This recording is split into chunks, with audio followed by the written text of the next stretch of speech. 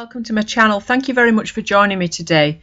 In today's video, I just wanted to quickly talk about the importance of getting to know your brushes and using them to the best advantage really.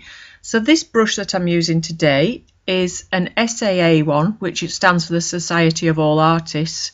You can get these directly from the SAA, or you can get them on places like Amazon as well. They do sell more broadly online, but if you're a member of the SAA, you'll be able to use your discount to get them through them. And this brush is a size 10 and it's a synthetic round brush with a lovely tip on it. So this is what I wanted to point out really, was to use the full shape of your brush. So by varying the pressure on your brush, you can get some lovely shapes. You can get a very fine point at the end, and then much more widely by pressing down firmly and get a nice straight line. So it's good now and again to have a go at doing a full painting just with one brush and seeing what your brush can do and using it to its best advantage. So the shape of this brush, when you push it down onto the paper and you get that little tip, really lent itself to these tulips, which of course at this time of the year the tulips are all in the shops. So it's nice to have a go at painting them. So I just quickly mixed together three colours.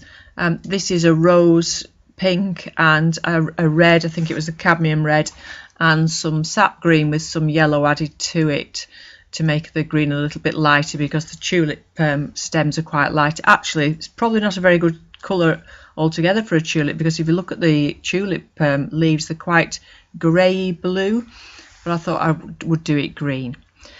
So really it's just a very quick practice at getting some very basic shapes, quite a stylized tulip really, not a lot of detail in there. I just did 2 layers painting wet onto wet. I painted wet onto dry, sorry, to begin with onto the paper, which is a hot pressed pad, £140.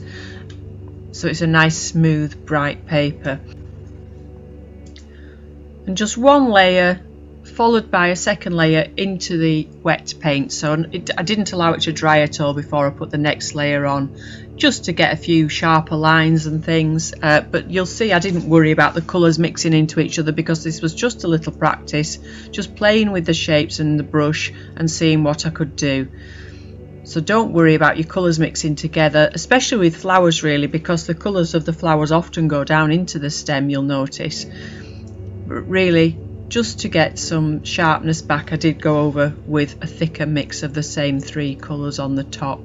So that was everything really I wanted to speak about, just to say to you, you need to get to know your own materials. And I often watch people just using the same brush again and again, and they've got 20 brushes, and and I do this as well, you're using the same brushes over and over and not having a go with your different brushes and seeing what they do, but particularly using them from a different angle and using them with more pressure and less pressure, and just seeing what shapes you can make. So have a little bit of fun with that. If you've got a good nice big brush, really don't do this with a small brush, but get a nice big brush with a good tip on it and see if you can make some very simple tulip shapes. And of course you could then build them up and build on that and go further with it and get some more detail into that. So enjoy the rest of the video where I carry on and finish these tulips. I'll be back again soon with more tutorials and demonstrations. If you're new to my channel, I'll just tell you a little bit about myself. I'm here every Monday and Thursday afternoon with a variety of subjects. I do various media. I've done quite a lot of watercolour recently, especially aimed at beginners to watercolour.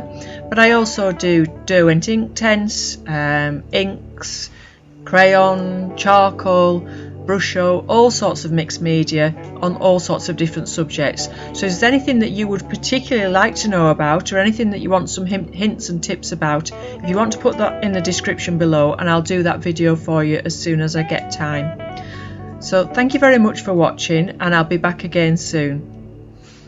Bye for now.